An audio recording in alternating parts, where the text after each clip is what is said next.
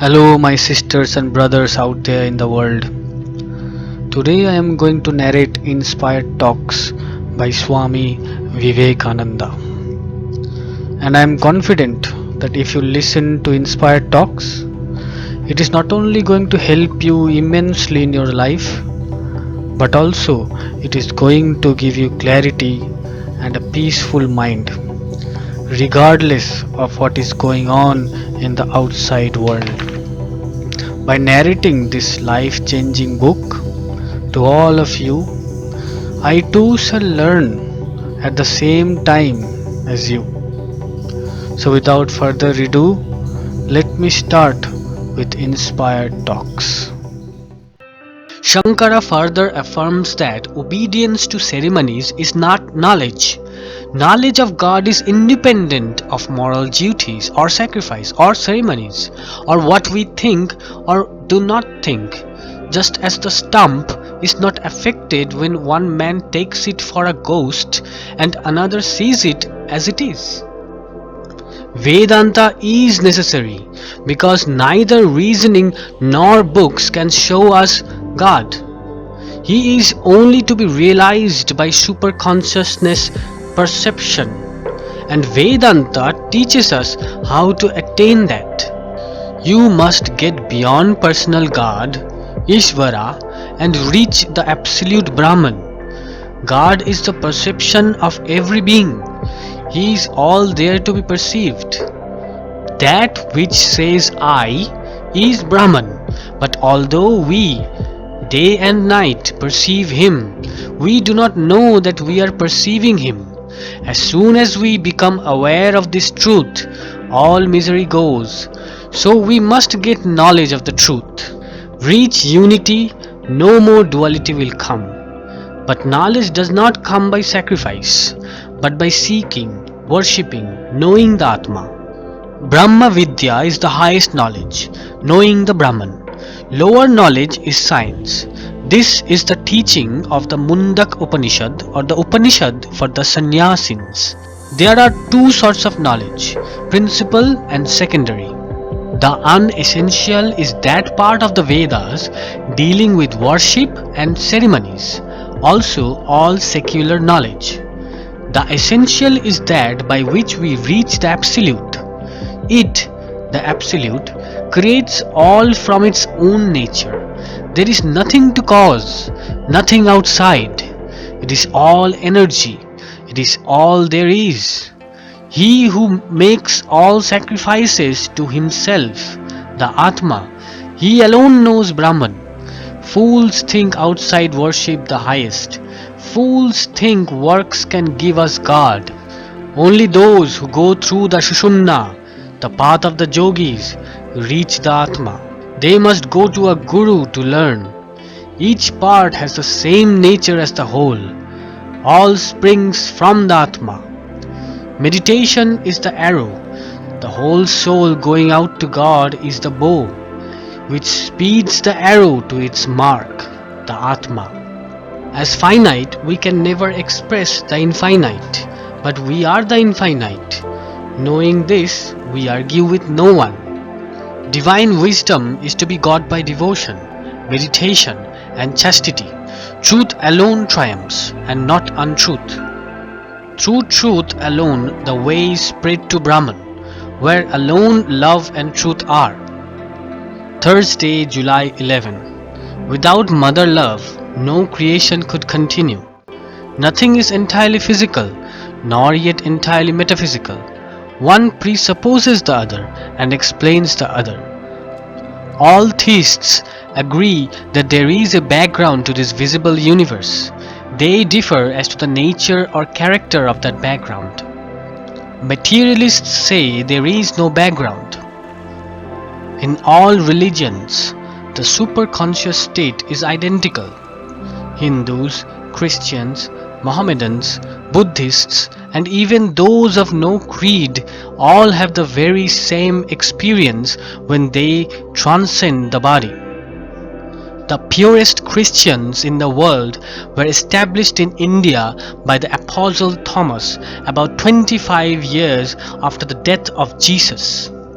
This was while the Anglo-Saxons were still savages, painting their bodies and living in caves. The Christians in India once numbered about 3 millions, but now there are about 1 million. Christianity is always propagated by the sword. How wonderful that the disciples of such a gentle soul should kill so much. The three missionary religions are the Buddhist, Mohammedan, and Christian. The three older ones, Hinduism, Judaism, and Zoroastrianism, never sought to make converts. Buddhists never killed, but converted 3/4 of the world at one time by pure gentleness. The Buddhists were the most logical agnostics. You can really stop nowhere between nihilism and absolutism. The Buddhists were intellectually all destroyers, carrying their theory to its ultimate logical issue. The Advaitists also worked out their theory to its logical conclusion and reached the absolute, one identified unit substance out of which all phenomena are being manifested. Both Buddhists and Advaitists have a feeling of identity and non-identity at the same time. One of these feelings must be false and the other true. The nihilist puts the reality in non-identity. The realist puts the reality in identity. And this is the fight which occupies the whole world. That is the tug of war. The realist asks, how does the nihilist get any idea of identity? How does the revolving light appear a circle? A point of rest alone explains motion.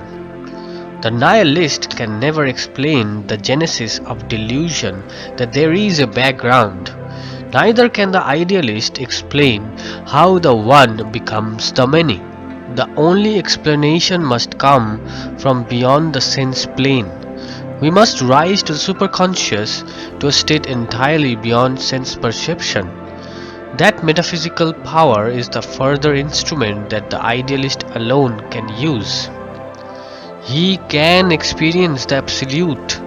The man Vivekananda can resolve himself into the absolute and then come back to the man again. For him then the problem is solved, and secondarily for others, for he can show the way to others. Thus, religion begins where philosophy ends. The good of the world will be that what is now superconscious for us will in ages to come be the conscious for all. Religion is therefore the highest work the world has. And because man has unconsciously felt this, he has clung through all the ages to the idea of religion. Religion, the great milk cow, has given many kicks, but never mind, it gives a great deal of milk. The milkman does not mind the kick of the cow, which gives much milk. Religion is the greatest child to be born, the great moon of realization. Let us feed it and help it grow, and it will become a giant. King Desire and King Knowledge fought, and just as the latter was about to be defeated, he was reconciled to Queen Upanishad, and a child was born to him, Realization, who saved the victory to him. Love concentrates all the power of the will without effort, as when a man falls in love with a woman. The path of devotion is natural and pleasant. Philosophy is taking the mountain stream back to its source by force.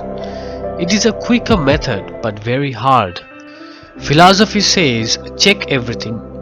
Devotion says give up all to the stream, have eternal self-surrender. It is a longer way but easier and happier. Thine am I for ever. Henceforth whatever I do, it is thou doing it. No more is there any me or mine. Having no money to give, no brains to learn, no time to practice yoga. To thee, O sweet one, I give myself. To thee, my body and mind. No amount of ignorance or wrong ideas can put a barrier between the soul and God. Even if there be no God, still hold fast to love. It is better to die seeking a God than as a dog seeking only carrion. Choose the highest ideal and give your life up to that. Death being so certain, it is the highest thing to give up life for a great purpose. Love will painlessly attain to philosophy. Then after knowledge comes parabhukti, supreme devotion. Knowledge is critical and makes a great fuss over everything. But love says, God will show his real nature to me and accepts all. I end this episode here. In the next episode, I shall pick up where I left off. And hit the like button if you liked the video, and subscribe if you're new to the channel, and share this video with your friends and family if you think this video was helpful. And I'll see you guys in the next episode. Till then, take care everyone. I wish you all a very peaceful mind. Om Shanti, Om Shanti, Om Shanti.